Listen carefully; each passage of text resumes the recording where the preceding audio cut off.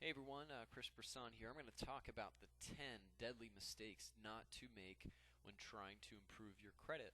So I want you to ask yourself, are you making these mistakes? Most of us are, some of us aren't, but in any event, let's get right to it. So mistake number one is actually canceling old credit cards. Now, 15% of your credit score comes from your credit history. So if you have open credit and you close it, you just basically lost that available credit. And what you don't want to do is actually close your accounts that are in good standing. So, for example, let's say you have a credit card back from 2000 and it's 2008 going into 2009, and you've been paying on this for 8, 9 years. You've never been late. Maybe you've been late, but you recently just got a credit card, that's maybe 2 months old or 6 months old or even a year old. If in any event, if you wanted to cancel a credit card, do not cancel that 8 or 9 year old creded card. You've built a history, and that's what lenders look at: is what's the history this person has been paying. They've had a good history over the last 9 years with this lender, with this credit card. There's some experience with that. So don't cancel old credit cards. Mistake number two is staying current on your cards.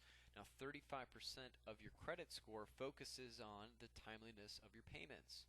As you know, you don't want to be late on your credit cards. You don't want to be late on payments, because after 30 days, let's say your credit payment's due on the 30th, you pay on the 2nd, you're just going to pay a late fee. They're not going to hit the credit agency and say, oh, this person is late.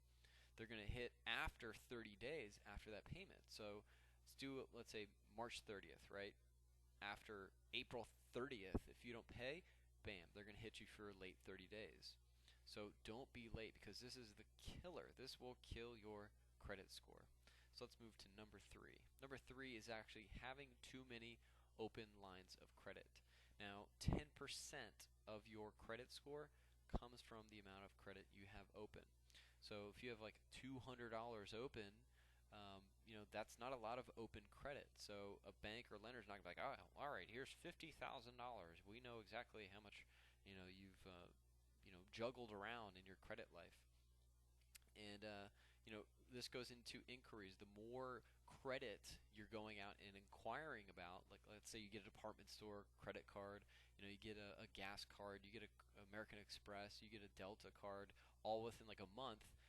The lender's gonna be like, whoa, hold on, this guy is getting a lot of credit. Why? He must be needing money. So they're gonna see that as a risk. So don't go out and get like 18 million different credit cards.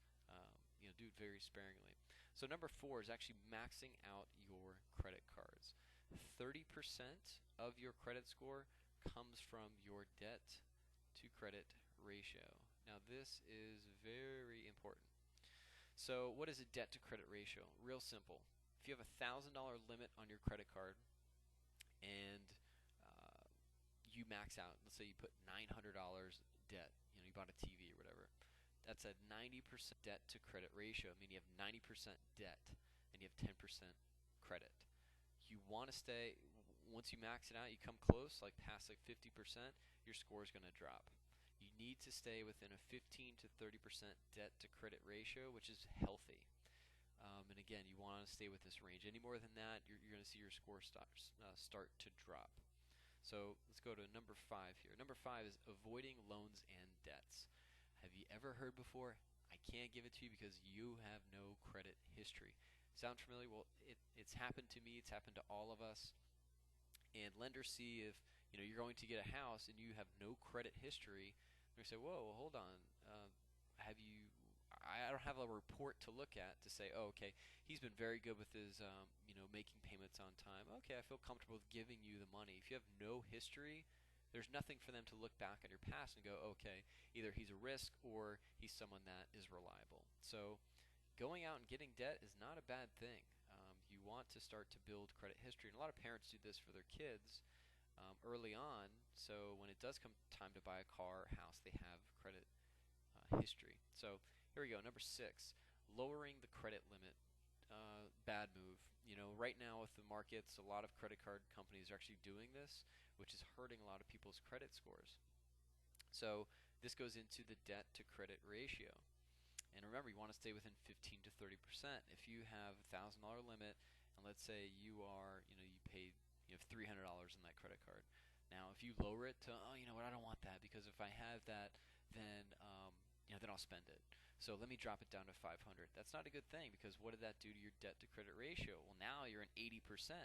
So they're going to look at that and go, whoa, this guy's 80% debt to credit ratio. Let's drop his score. So lowering your credit limit is a bad thing. Actually, increasing it is a good thing. So let's go to number 7 here.